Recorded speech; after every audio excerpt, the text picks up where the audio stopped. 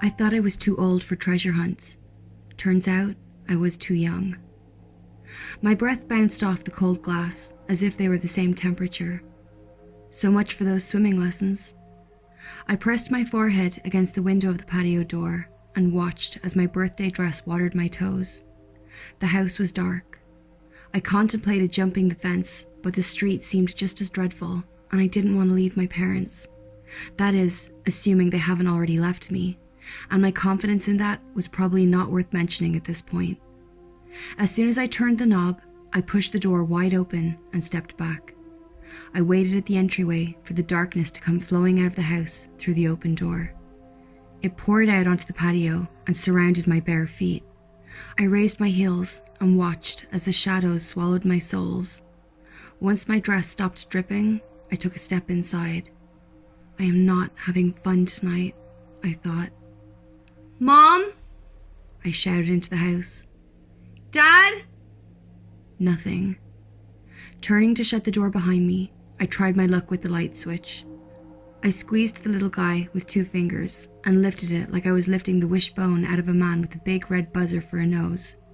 Cautious and carefully, slowly but surely. Click. "Surprise!" My eyes shut rapidly to keep the light out. The transition was intense, causing me to nearly fall back against the wall. The room was filled with singing and laughter. "Happy birthday to you, happy birthday to you." You have to be kidding me, I thought. My eyes were desperately fighting me and my uncertain desire to see what the hell was going on. Is this some sort of a sick joke? Each time I attempted to lift my obstructing lids, a lightning rod of color would blast through into my brain. I pinned them down with my furrowed brows as the rest of me sank to the floor. "Happy birthday, dear Autumn. Happy birthday to you." "I almost fucking drowned!" I screamed blindly into the crowd of commotion. Wait, Autumn? As the chatter continued to get louder, the light forced itself between my eyelids and wedged them open. The room came into focus, and the noise of the crowd dissipated, along with my blurred vision. "Hey, sweetie, you okay?" My dad's whisper fell over me like a security blanket. He looked concerned, kneeling down next to me. "Dad!" I wrapped my arms around his big bald head. I felt a faint smile swim to the surface of my face. Unfortunately for my smile, I'm a pretty deep person, and for a second there, I thought it would be lost forever. "Who's Autumn?" I asked, easing up on most of my grip. "Who?" My mom blurted out from across the room.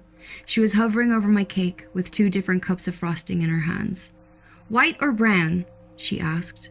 "Mom, those aren't flavors." I rolled my eyes but couldn't help but smile. I was happy to see them both.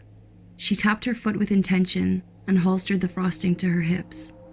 "Will you at least give me a clue?" she asked. The terror I felt in that moment was not something a girl should experience from being asked such a simple question.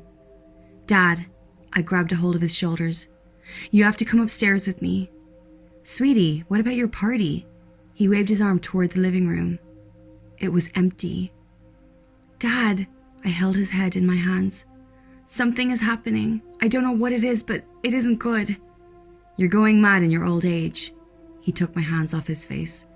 "Dad, I almost drowned. The second clue said to..." "Impossible," my mom blurted out with a mouthful of frosting. "Do you know how much we spent on your swimming lessons?" Her voice scattered throughout the kitchen, ricocheting off the hanging pots and pans and piercing through my eardrums. Her tone was high-pitched, and it sounded mechanical. She held up 2 butcher knives. One of them was covered with brown flavor, and one with the white. A smile I've never seen before shot across her face. It was the smile of a person who knew something evil was coming. It was a smile that welcomed it. Her teeth were plastered with the sweet topping, and her eyes were wider than the sockets that held them. Before I could realize how frightened I was, my dad had me by the hand and was escorting me out of the kitchen. My mother stood, knives up, staring at me as I walked into the living room and up the stairs, keeping that awful grin on her face the entire time. "Dad, is Mom okay?" I asked. He held my hand gently as we made our way up the stairs. His lips remained shut, not even a glance back. "Dad, I don't want to play this game anymore." "What game, baby?" We reached my parents' door at the end of the hall. "What game? Is he serious?" I wondered. He entered the bedroom and I followed him in. "Your mother left the light on again," he grunted. I ran over to his window where I saw the silhouette of a man. "Mom was up here?" I turned to my dad, who was busy going through his dresser. I made a slit in the blinds with my finger and peeked through. The scroll sat down below on the edge of the pool. But it said, "man." I was doubting what I read. I was doubting everything. "Hey!" my dad exclaimed with an unfamiliar sound of delight. He was pointing at a small astronaut figure on the nightstand. "Do you know what this is?" A toy? I couldn't care less. As a matter of fact, I needed some answers. I needed him to focus on what was happening. "Whose idea was it to leave He cut me off. "This was Sylvester's favorite chew toy. Remember? He'd always bury it in the same spot. You're the one who named him. How could you forget? What was it again? Astro Dude?" Sylvester was our old Australian shepherd. He insisted that the little spaceman was for indoor and outdoor use. I don't know how many times I had to wash the dirt and slobber off that thing, only so he could bring it inside and forget about it 2 minutes later. "Rocket Man," I said to myself. A lamp sat behind the figurine, casting its shadow onto the blinds. Clue number 2. Bury the man who's looking at you. With a pull of the cord, I zipped up the blinds, erasing the shadow from the window like a magnetic sketchboard. There was only a small section of dirt in our side yard, the area below our plum tree. At the base of the tree, among the scattered plums, there was a shovel stuck in the soil with a piece of paper wrapped around the handle. The vacuum roared once again, and the noise came blaring down the hallway. I jumped away from the window and turned around to an empty room. My dad had vanished, leaving me alone with Rocket Man.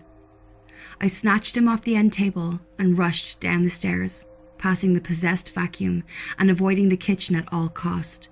There was a side door through the garage that led out into the yard, so I took that route instead. "Won't you give me just one clue?" My mother's cackle came out of the kitchen and knocked me to my knees.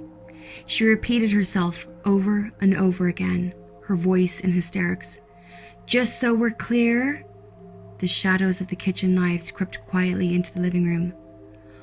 "Are we clear?" I crawled as fast as I could to the garage door.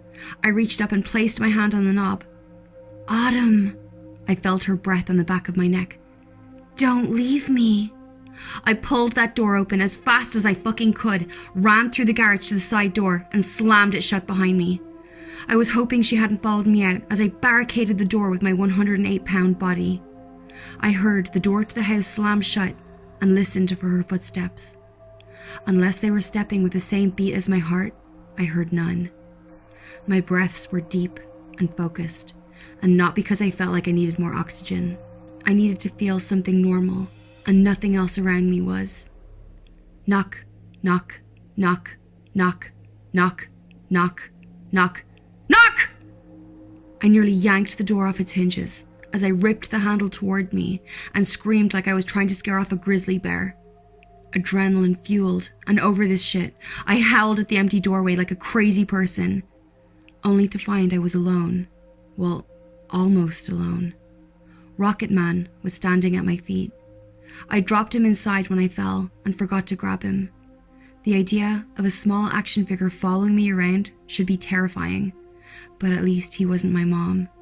I was actually kind of happy to see him. "Come on, little dude." He sat in my palm as I walked over to the plum tree. I opened the scroll that was wrapped around the shovel, and it read, "Dig." I felt like I'd been digging for hours. After the first scoop of the shovel, I sat Rocket Man in his hole, but the dirt wouldn't cover him back up. I dug a little deeper. The same thing happened a couple more times. He lounged back against the trunk of the tree as I worked. "No, really, thanks. I got it." I wiped the sweat from my forehead and took a bite from a plum. Over 4 feet of extracted earth later, I threw down the shovel, picked the little man from his root, and tossed him inside. It didn't matter how deep the hole was. Every time I put him inside, he grew to its depth. The tip of his helmet was still sticking out of his grave. What the hell? 6 feet it is, spaceman. I jumped down and handful by handful threw the mud out of the ditch. My knuckles bled as I stabbed my fingers into the dirt, determined to bury this fucker. I couldn't take it anymore. I was exhausted. I couldn't keep myself from crying. I was so frustrated that I couldn't think straight, but I wouldn't stop. My body was tired, and I fell onto my hands, squeezing the mud between my fingers. My tears fell harder than hail and washed away some mud from a smooth white surface.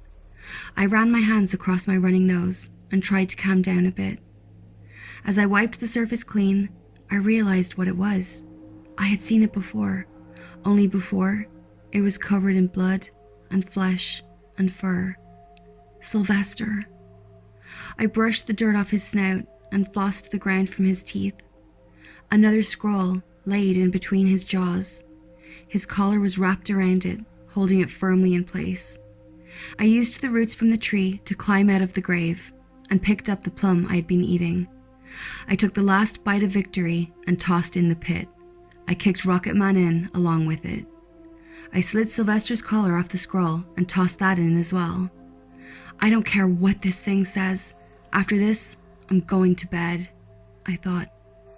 Clue number 3. You did it at last, but do you know what you've done? Don't want to guess? Not having fun? Well, here's what's been done.